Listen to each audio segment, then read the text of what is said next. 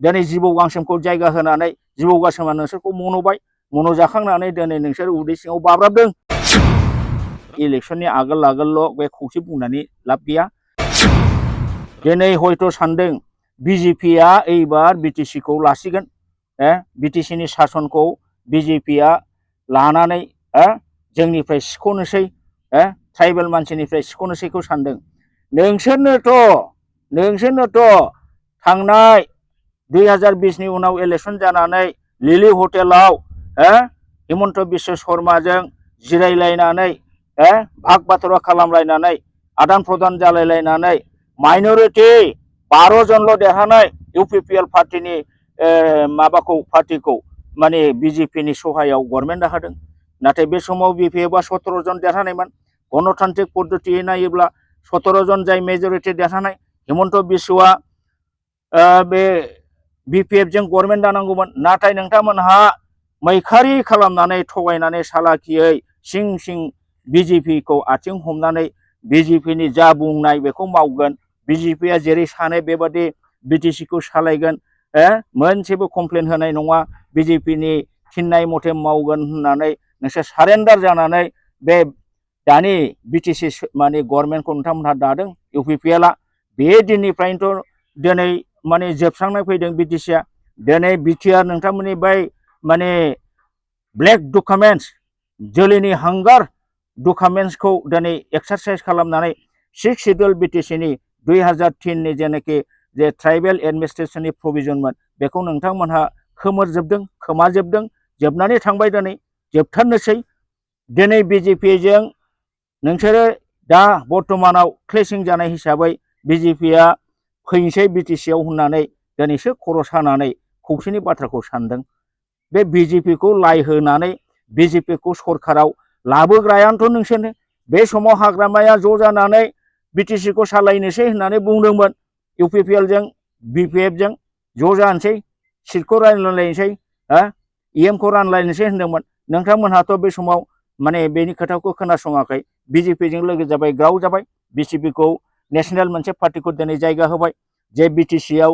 National party बिजेपिआ खुनु जायगायानो गैयामोन नोंसोर जायगा होबाय दिनै जिबौ गांसोमखौ जायगा होनानै जिबौ गांसोमा नोंसोरखौ मन'बाय मन'जाखांनानै दिनै नोंसोर उदै सिङाव बाब्राबदों दा बे जिनिसखौसो जों नुदों नंखायनो दिपेन बर' बिथांखौ आं बुंदों माने बर' माहारियारि आफादनि प्रेसिडेन्ट बे भटखौ लानानै नोंथांनि डिसिसन नोंसोरनि साननाय नोंनि लजिक नोंनि प्रिन्सिपल नोंनि आइडिअलजिफ्रा स्ट्रं जानांगौ डिसिसिभ जानांगौ कनक्लुसिभ जानांगौ उगुल थुगुल मानो नोंथांमोननि गोसोआव दं दाबो बिटिसि आरो बिटिआरनि कनसेप्टआ नोंसिनाव गैया बिटिआरखौसो गब होनबाय थायो दा बिटिसि गब बिटिआर मोनसे एरिया बे मोननैनि पार्टिफोरखौनो मिथियैया बिटिआर एकर्डनि दफाफ्रा जे बर' हारिनि पयजनास डिस्ट्राक्शन खालामनाय बेखौनो मिथियै मानसिया नोंथांमोनहा बोरै जातिखौ मा खौसेयाव लाबोनो जातिखौ मा उन्नति खालामनो कनफिडेन्स गैला नोंथांमोननि सायाव नोंथांमोनहा बहुद सर्टेज दङ बहुद बुजिनो बाखि दङ नोंसोर रोङा जाय उरखाव गोराया नोंथांमोननि टप लिडार दार्शनिक स्कलार होनो नोंथांमोनहा चाणक्य होनो नोंथांमोनहा उरखाव गोरा बे उरखाव गोरायाबो दाखालि बेनि बाइटआव प्रेस स्टेटमेन्ट होनायाव आङो नुबाय बेबो बिटिआर सरकारसो होनबावदों बिटिसि आरो बिटिआर हाग्रामा महिलारिया जुदि बिटिसिनि चिफ जायो बिटिआरनि चिफ जाया होनना बुंब्ला गभर्नमेन्टआथ' बिटिआर फैगासिनो दंखायो होमबा बियो मालाबाबो चिफ जाला बिदि बुंलाबायदों बिटिआरआ गभर्नमेन्टआनो नङा बेनि बोरै चिफ जानांगौ हाग्रामाया गतिके बेनिफ्राय फोरमान जाबाय जोंखौ बर' माहारिया बर' हारिया दुलाराय बर' फरायसा आफादा जाय उरखाव गोराखौ माने चाणक्य होनना बुङो फिलसफार होननानै बुङो एक्सपार्ट अलराउन्डार बुङो बे मानसियाबो दिनै बिटिआर बिटिसि डिफारेन्सखौ मिथिया बेसेबां दुखु गोनां होमबा बे आदुवाफोरनिसो बे माने बाथ्रा जाहैबाय जेबो कनसेप्ट गैयै दा नंखायनो आङो गोमोदों उरखाव गोरा बादि मानसियाबो माने बे कनसेप्टआ दाबो गैया होमबाथ' मा स्टाइलनि मानसिफ्रा दिनै जाथिनि दैदेननायनि साबिखौ बोरै आखायाव लानानै दं दुखु गोनां बाथ्रा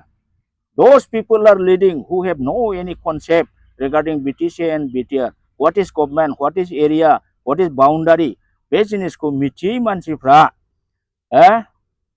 whether BTC is better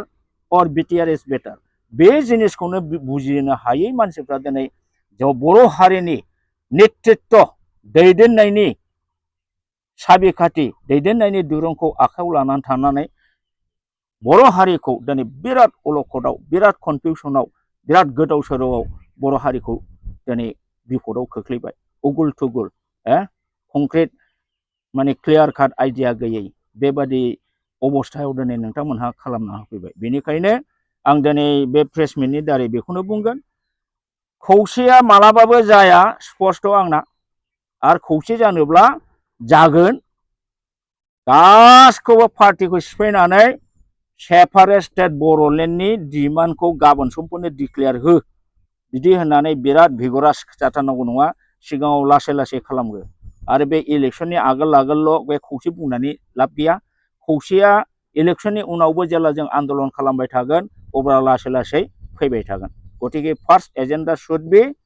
गिविं up all the political party all should unite and join in the separate state movement आं बेखौनो जोबथा खावलायनानै आंनि बुंनायखौ फोजोबबाय गोजोन्थों।